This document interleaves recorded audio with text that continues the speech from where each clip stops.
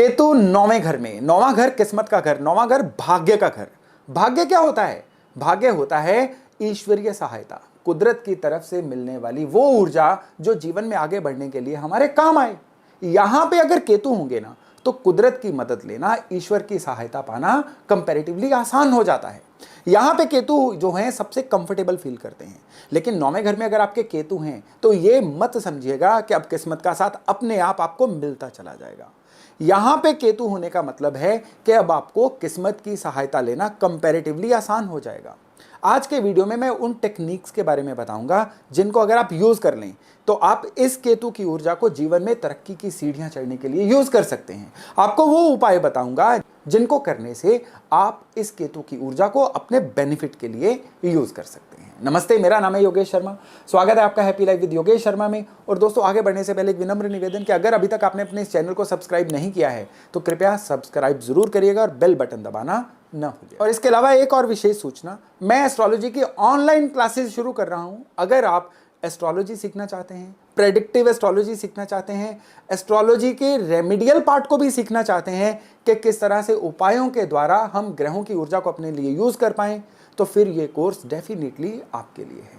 किस तरह से इस कोर्स को ज्वाइन करना है, जो नंबर स्क्रीन पे लिखा हुआ है इस नंबर पे व्हाट्सएप करके कांटेक्ट करके आप इसकी पूरी जानकारी ले सकते हैं। तो चलिए चर्चा को आगे बढ़ाते हैं। केतु नौवें घर में।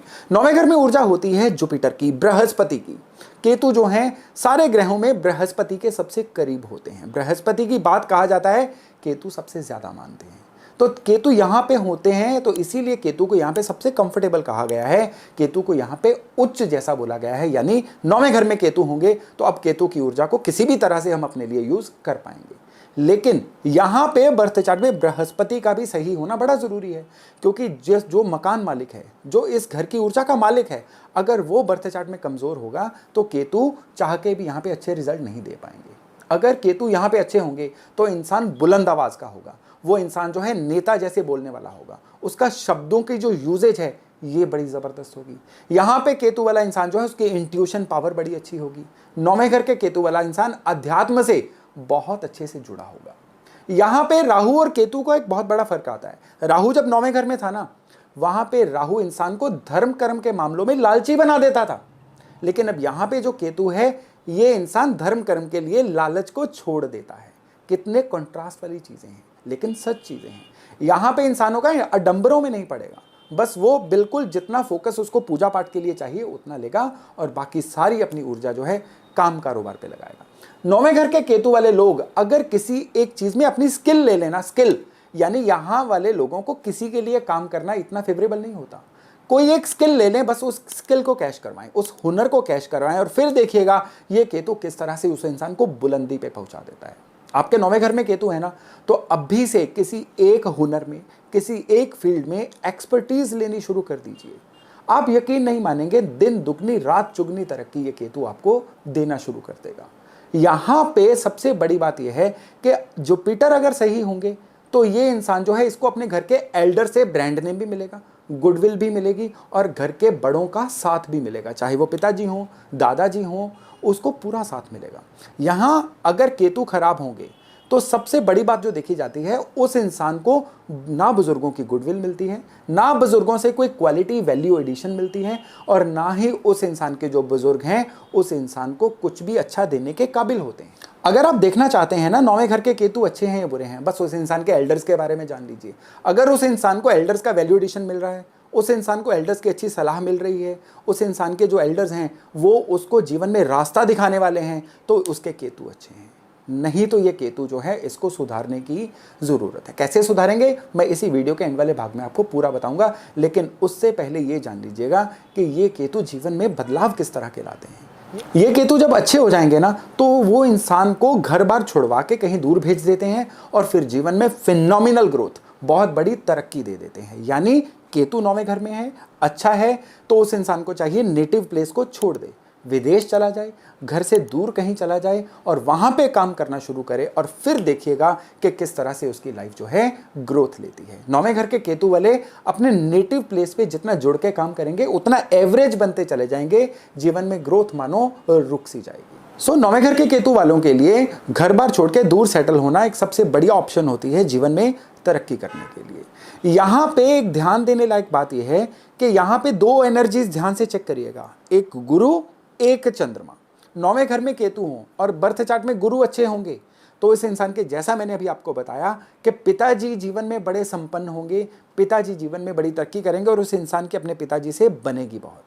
और ठीक यही अगर उसके चंद्रमा भी अच्छे होंगे ना तो वो इंसान जो है उसकी मदर से बहुत बनेगी, अपनी मदर की वजह से या ननिहाल की वजह से वो इंसान जीवन में बड़ी तरक्की करेगा। इस जगह पे इंसान को जीवन में परहेज क्या करने चाहिए? सबसे पहला परहेज है ओवर धार्मिक नहीं होना है। सारा दिन बस मंत्रोच्चारण, पूजा पाठ, मंदिरों में जाना, अगर यही काम इंसान करता रहेगा फिर ये केतु बहुत बुरी तरह खराब हो जाएंगे। मैं अपने पिछले वीडियोस में भी कह चुका हूं कि जुपिटर को अगर अच्छा रखना है तो आपको ओवर धार्मिक होने से बचना होगा। धर्म कर्म के काम जुपिटर हैं, लेकिन ओवर धार्मिक होना जुपिटर में राहु का टच ले आता है।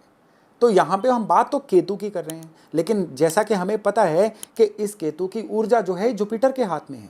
ओवर धार्मिक होंगे क्योंकि 9वां घर आपकी धार्मिक एट्रीब्यूट्स का भी है, आपकी धार्मिक आदतों का भी है। तो अपनी जो धर्म कर्म की आदतें हैं बस उनको कंट्रोल में रखिए और फिर देखिएगा कि किस्मत के घर में बैठा हुआ केतु किस तरह से आपको किस्मत का साथ दिलवाता है। तो फिर यही केतु किस्मत के घर में बैठ के आपको फैमिली लाइफ भी सेटल करवाएंगे, आपको अपनी फाइनेंशियल लाइफ भी सेटल करवाएंगे और स्पेशली आपको जीवन में हमेशा बुलंदी की तरफ ही लेके जाएंगे। आपके केतु 9वें घर में हैं और आप जीवन में तरक्की करना चाहते हैं, धन कमाना चाहते हैं, किस्मत का साथ चाहते हैं, तो आपके लिए सबसे बढ़िया उपाय है गोल्ड खरीदना। आप अपने साधन के अनुसार छोटे से छोटा गोल्ड भी खरीद लाइए। यहाँ पे गोल्ड की शेप भी कही गई है। गोल्ड की शेप होनी चाहिए रेक्टेंगुलर। आप चाहे सोने की छोटी ईंट ले आइए, चाहे रेक्टेंगुलर शेप में कोई भी सोना लाके घर पे रख लीजिए। बिलीव करिए ये 1 से 2 गुना, 2 से 4 गुना, 4 से 16 गुना केतु करवा देंगे। इस सोने को बेचना नहीं है। आप छोटे से छोटा या बड़ा जितना भी आपके साधन आपको अलाउ करें, रेक्टेंगुलर पीस लाइए, उसको केसर की डिबिया में डाल के कहीं पे भी सेफली, स्पेशली अपने धन स्थान पे जहाँ पे आप पैसे रखते हैं, चेकबुक रखते हैं, पासबुक रखते हैं, वहाँ पे रख दीजिए। केतु 9वें घर में हो, व्यर्थ भटकाव का आप शिकार हो रहे हो, आपकी किसी से बन ना रही हो, लगातार आपको जीवन में फेलियर मिल रहे हो, तो इसका मतलब है केतु आपके किस्मत की हानि करवा रहे हैं। एक पीले रंग का ट्रायंगुलर झंडा लीजिए, उसको किसी भी मंदिर की छत पे फहरा के आइए। इसको फहराने का दिन कोई नहीं है, किसी भी दिन कर लीजिए। यकीन मानिए ये जो केतु हैं आपको अच्छे फल देने शुरू कर देंगे। कानों में सोना पहनना, स्पेशली सोने की बालियां पहनना, ये भी यहाँ पे इस केतु का एक बहुत ही स्पेशल इलाज है। और इस केतु का अगर कोई सबसे बढ़िया इलाज है ना, वो है 2 रंग का कुत्ता पालना। कोई ऐसा कुत्ता जो डबल कलर्ड कुत्ता हो, चाहे ब्लैक एंड व्हाइट हो, चाहे वो ब्राउन और क्रीम हो, एक कुत्ते का कोई भी रंग हो, डबल कलर्ड कुत्ता घर में पालें तो ये केतु जो है हर तरफ से धन समृद्धि जो है आपकी तरफ आकर्षित करवाना शुरू कर देता है।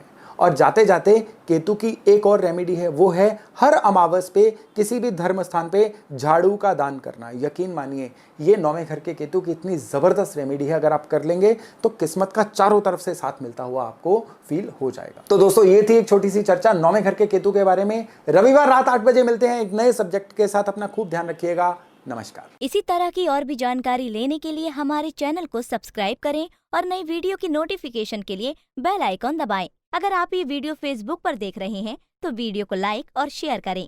साथ ही अपनी राय कमेंट बॉक्स में जरूर बताएं। धन्यवाद।